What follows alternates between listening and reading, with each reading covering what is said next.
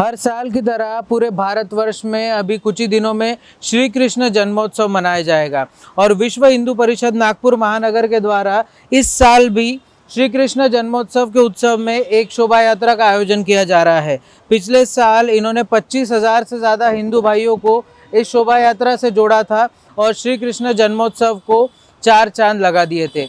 अब इस बार क्या खास होने वाला है इस जन्मोत्सव में, क्योंकि अभी हम लोग मौजूद है श्री कृष्ण मंदिर वर्धा रोड में स्थित, जहां पर विश्व हिंदू परिषद के उच्च अधिकारियों की यहाँ पे मीटिंग होने वाली है।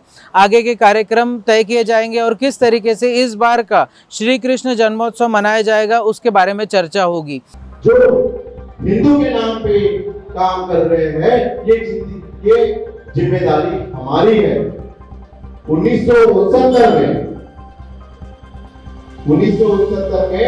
एक संकल्पना की गई थी, हिंदू सोदरा सर्वे न हिंदू पतितो भवेत्। सब हिंदू भाई है, कोई जात पात नहीं है। तो आप सभी से विनती है कि सबको साथ में लेके इस आने वाले 17 तारीख को सब लोग साथ में आके 40,000 बहुत छोटा आंकड़ा है नागपुर के लिए, फिर भी हम कृष्ण मंदिर से गीता मंदिर तक के उतने धर्म, उतने संस्कृति, उतने ही भक्ति और शक्ति के साथ हम हिंदू भाई खड़े रहेंगे। साथ में ये 17 तारीख को जो प्रोग्राम हो रहा है, शोभा यात्रा जो हो रही है, इसको एक इवेंट की तरह किया जाए। इसको सोशल मीडिया में, इसको एक मार्केटिंग की स्ट्रेटेजी भी है, इसमें माउथ मार्केटिंग। भाई आप जा रहे हो क्या? मैं भी आ रहा हूँ। आप आ रहे हो क्या? मैं भी आ रहा हूँ। आप सब चलना है। ये हमारा नहीं, ये 17 तारीख को जो मैं हम पे उंगली उठाए थे ना, उनको दिखाने का टाइम है। शस्त्र हमारे पास भी है, शस्त्र हमारे पास भी है। हमें बोलते ना मराठी में पासून ठेवायचे आहे, फक्त बली द्यायला माहित नाही, पण कोणत्या दिवशी काम पण येईल आपल्याला। पासून ठेवायचे, लाठी साथ में हो। जैसे हमारा नागपुर का हर एक हिंदू बोलता है ना, उस दिन अगर हमें रोका नहीं होता तो शायद आज नागपुर का एक हिस्सा गायब हो गया था। सही बोल रहा हूँ दादा? हाँ, लेकिन प्रशासन ने हमारी बहुत साथ दी, उनका धन्यवाद करते हैं कि हमने नरसंहार करने की हमारी प्रवृत्ति नहीं है, ना हमारे राजाओं की थी, ना हमारी है, ना हम करना चाहिए। लेकिन जो हमारे पे आंच उड़ाएगा उसकी आग उगाड़ देंगे। सब लोग से विनती है कि आने वाले 17 अगस्त को बैठकें होना है, बाकी बैठकों के बारे में आगे सूचना मिलेगी। और हम लोग यहाँ जिस शोभा यात्रा का जिक्र करने के लिए बैठे, उसका विस्तार रूप कमल जी ने और निरंजन जी ने आपको दे दिया है। और जिस तरह बोलते हैं कि 30,000 और 40,000 की आई की संख्या, मुझे तो बड़ा आश्चर्य होता है। 40 लाख की आबादी में सिर्फ जागृत 40,000 हो गए, जिसको हम यहाँ पर बैठे इतने लोग जा जाके जागृत करते हैं। जब 40,000 लोग जागृत होते हैं, फिर भी हिंदू कितना सोया हुआ है। ये क्या एक धन कमाने वाले स्वार्थी लोग जिस तरह की घटनाओं को देखते हैं, ये ऐसी घटना होने के बाद एक एक करके आदमी हमसे जुड़ता है।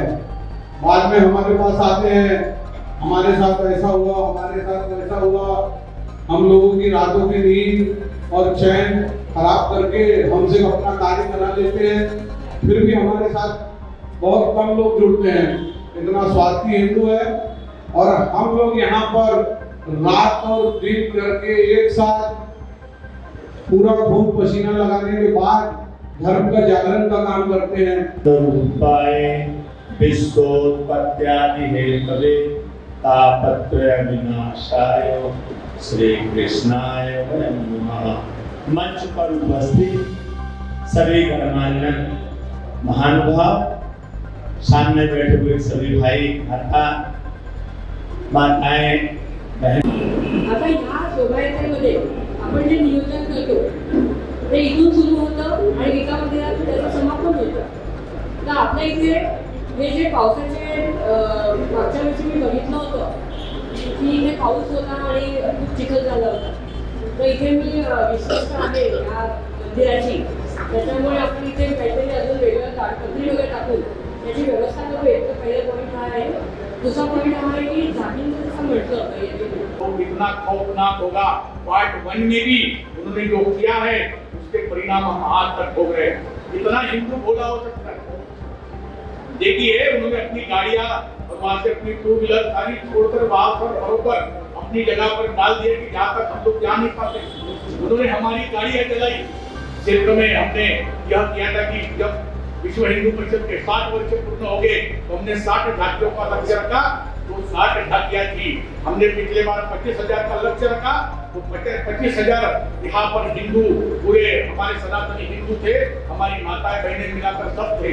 तो इस बार का जो लक्ष्य है 40,000 का लक्ष्य है और मुझे लगता है कि वो लक्ष्य हम पूरा पार करेंगे. जितनी संख्या में हमारे हिंदू युवा रहते हैं उतनी ही संख्या में हमारे देश का श्रेष्ठ सारे लोग होने चाहिए. उतनी ही संख्या में हमारी माताएं और बहनें रहनी चाहिए ताकि ये शोभा यात्रा चले. तो हिंदू समाज जब हमारे रहते हैं आसपास जितने मंदिर हैं, जितने धर्म के काम करने वाले संगठन हैं, जितने युवा है, जितनी मातृशक्ति हमें घर घर जाके उनको एकत्रित करके इस शोभा यात्रा में हमें लाना होगा. विश्व हिंदू परिषद से अमोल ठाकरे हमारे साथ मौजूद है. इनसे बात करते हैं कि क्या खास रहने वाला है इस बार की शोभा यात्रा में. इस बार की शोभा यात्रा में विश्व हिंदू परिषद के द्वारा जो हर साल आयोजित की जाती है कृष्ण जन्मोत्सव पे, क्या खास रहने वाला है इस बार? हर वर्ष की तरह इस बार भी विश्व हिंदू परिषद के स्थापना दिवस पर 17 अगस्त को शाम को 4 बजे यहाँ से यात्रा प्रारंभ होगी. हम सभी जानते हैं कि गत 40 वर्षों से यात्रा यहाँ से निकलती है, निरंतर निकलती है. पिछले बार में हमने लक्ष्य रखा था कि 60 झांकियाँ रहेगी क्योंकि विश्व हिंदू परिषद को 60 वर्ष पूर्ण हो चुके हैं और हम 61वें वर्ष में आए हैं. तो इस बार 61 झांकियाँ रहेगी और लगभग इस बार संख्या जिसमें पिछले बार 20,000 का हमने टारगेट रखा था और लगभग 22-25 हज़ार तक हम पहुंच गए थे. इस बार भी ये लक्ष्य रहेगा कि 30,000 हिंदू सनातनी हिंदू इस यात्रा में चले गए.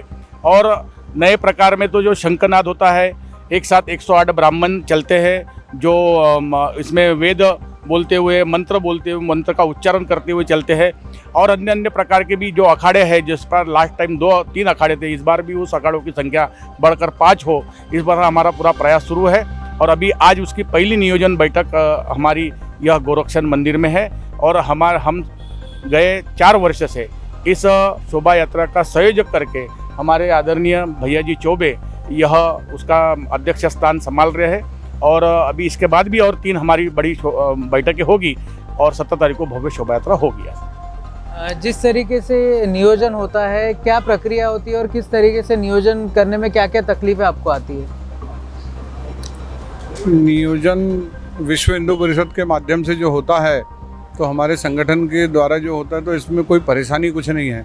सिर्फ परेशानी रहती है तो ट्रैफिक की व्यवस्था पुलिस के लिए. और हमने आम जनता को तकलीफ़ नहीं होना चाहिए करके हमने तय किया है कि जब भी जन्माष्टमी रही उसके 2-3 दिन पहले या 2-3 दिन बाद को आने वाले रविवार के दिन हम ये आयोजन का हमारा एक शक्ति प्रदर्शन का कार्यक्रम रखते हैं कि आम जनता को रविवार के दिन छुट्टी होने के कारण किसी को तकलीफ़ ना हो और ज़्यादा से ज़्यादा अपने शहर की जनसंख्या इसमें रहे, ऐसा एक हमारा विचार रहता है. इस बार जैसे अमोल जी ने बताया कि 61 झांकियाँ निकलने वाली है, तो यहाँ से प्रारंभ होके ये शोभा यात्रा कहाँ तक जाएगी, क्या रूट है? हमेशा की तरह ये शोभा यात्रा यहाँ से प्रारंभ होती है गौरक्षण के अपने कृष्ण मंदिर से और गीता मंदिर में समापन होता है. उसी प्रकार यहाँ से चालू होके गीता मंदिर में समापन होके वहाँ प्रसाद का वितरण होता है और वैसा ही रूट इस साल भी रहेगा हर साल की तरह.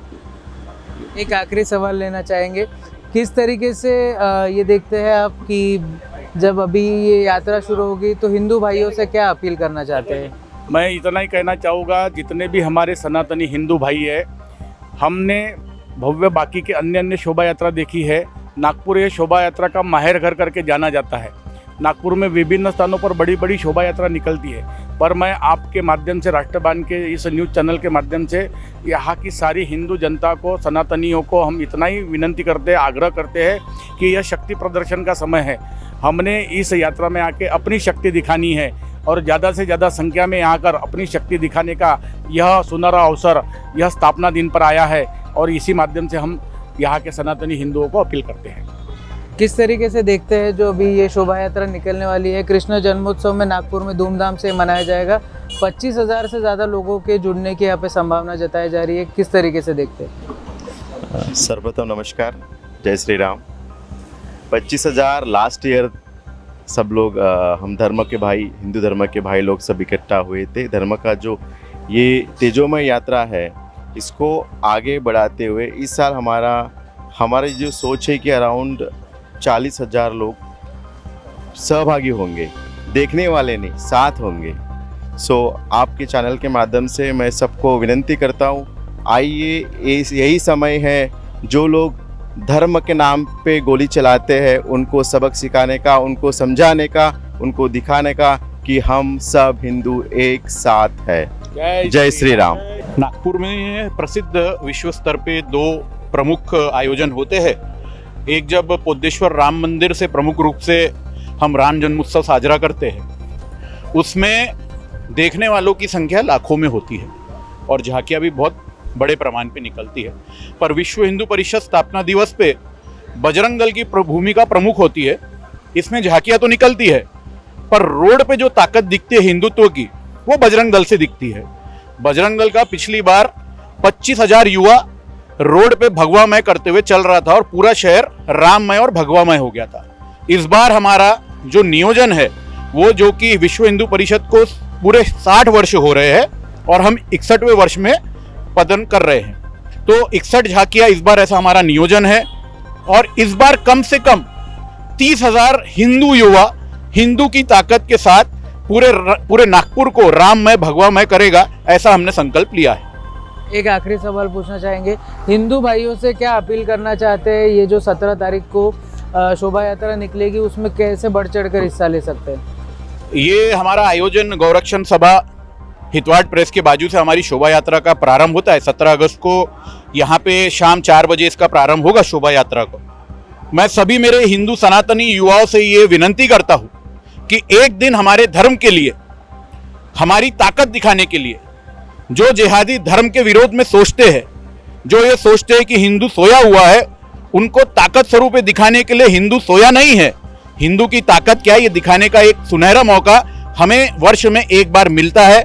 आप सब ने इस मौके का फायदा उठाना चाहिए। हर हिंदू ने एकत्रित होकर भगवा ध्वज के नीचे इस आयोजन को सफलतापूर्वक श्रेष्ठ आयोजन बनाना है, ऐसी मैं विनंती करता हूँ। हर साल की तरह विश्व हिंदू परिषद जिस तरीके से राम जन्मोत्सव की शोभा यात्रा धूमधाम से मनाने का प्रयास कर रहा है और यहाँ पर उसी के तर्ज पर वर्धा रोड में स्थित ये श्री कृष्ण मंदिर, यहाँ पर हम लोग पहुँचे थे जब यहाँ पर विश्व हिंदू परिषद और बजरंग दल के उच्च अधिकारियों की यहाँ पे बैठक हुई थी और उस बैठक के अनुसार उनका बोलना है कि इस बार 40,000 से भी अधिक लोग इस शोभा यात्रा का लाभ लेंगे। अब आने वाला वक्त जिस तरीके से नागपुर में श्री कृष्ण जन्मोत्सव धूमधाम से मनाया जाएगा और विश्व हिंदू परिषद और बजरंग दल मिलकर श्री कृष्ण जन्मोत्सव को और भी अच्छा बनाएगा, ये देखने वाली बात रहेगी। वीडियो जर्नलिस्ट प्रवीण सूर्यवंशी के साथ मैं शांतनु अग्रवाल, महाराष्ट्र टीवी 24 नागपुर।